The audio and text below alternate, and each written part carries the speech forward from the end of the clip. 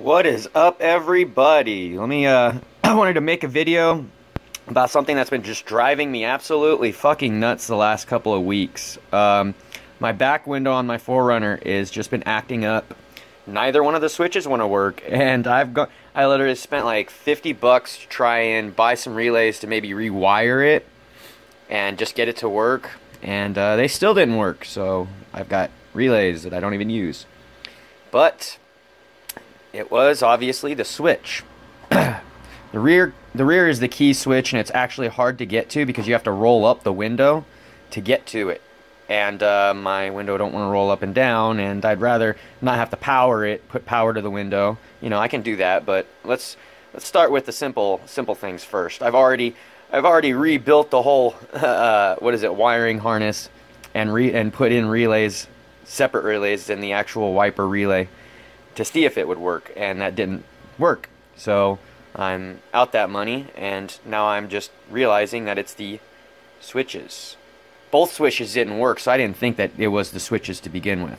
But I mean, my God, I have heard that these things can get dirty, but Jesus, man, what the ever-living hell did I ever do to this thing? I have no idea, but there's look at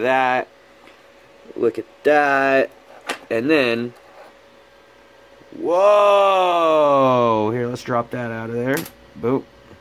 What the? You gotta be kidding me. No wonder it wasn't switching on. Look at the two contacts are completely pitted. The one in the center is good, but it ain't contacting for crap. So what I suggest you guys do, okay, so I've looked up at a lot of forums. No one out there has how to actually rebuild these switches. They tell them, take it apart, do the contacts. I mean, come on now, man. For us laymen who look at this switch and are like, how the fuck does this thing come apart? Well, here I am telling you. Obviously, you get the switch out of the console, it pries up. It'll pry up right here along the edges. Just be careful, and it'll slowly work itself up. And then, yeah, you'll have the switch. It'll all be connected through the wiring harness. You just disconnect that wiring section right there, just below it.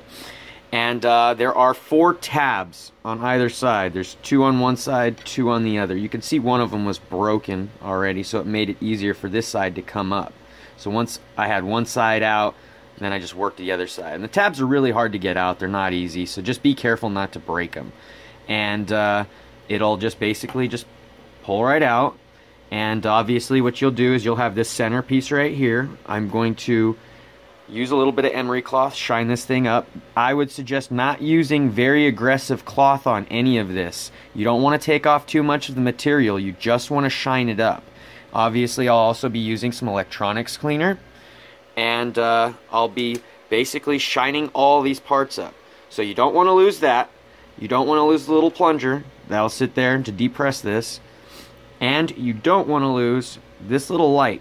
Now, if anybody knows where this bulb, that you can purchase these bulbs, I'd really like to know. This one's burned out, but I'm assuming this is what your console, when you turn your console lights on, it will illuminate the up and down switch.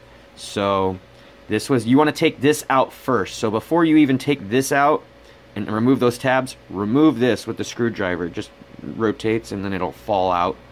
And then, yeah, so that's basically it. That's what you want to do. And the wires that go to the relay are going to be this green, the green with the yellow, and the red with the yellow. They're going to be on pins 4 and 5 of the relay. So I would suggest starting with your switches. The other switches are easier to disassemble than the center console switches. So this is the way you do this switch. So you basically remove the tabs on all 4 sides, and it'll pop right out, and then you'll have these components. So hopefully this helps somebody out. I didn't want to break my switch trying to take it apart, so it's better that I give this information out so people know that you can take them apart and disassemble them and clean them.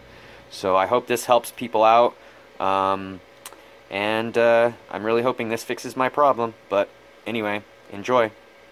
I wanted to show at least what I did, so that way people know.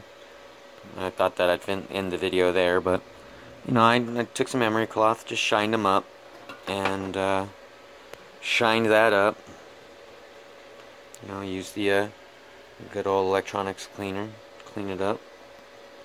And I figured that I'd let everybody know, in case they don't know already, which way this goes in. That was the whole purpose of this video. This will go in downward, to where it'll rock back and forth. Guys, if you put it like this, it's recessed and it's already sitting there. So I'm assuming it goes downward like that. Let's see how it works, because I've already done it before. So you can try it either way, but I'm almost positive that it goes downward like that, pretty much, and it rotates, it pivots, and pushes against those nubbins right there. So there you go. That's what I did. I wanted to at least show you what it looked like and how much better it looks. That is epoxy. So that crap in there is epoxy. I don't know why. It's solid. So that's what you want. You want that plastic pointing up so the spring doesn't contact the electrical component. But yes, there you go.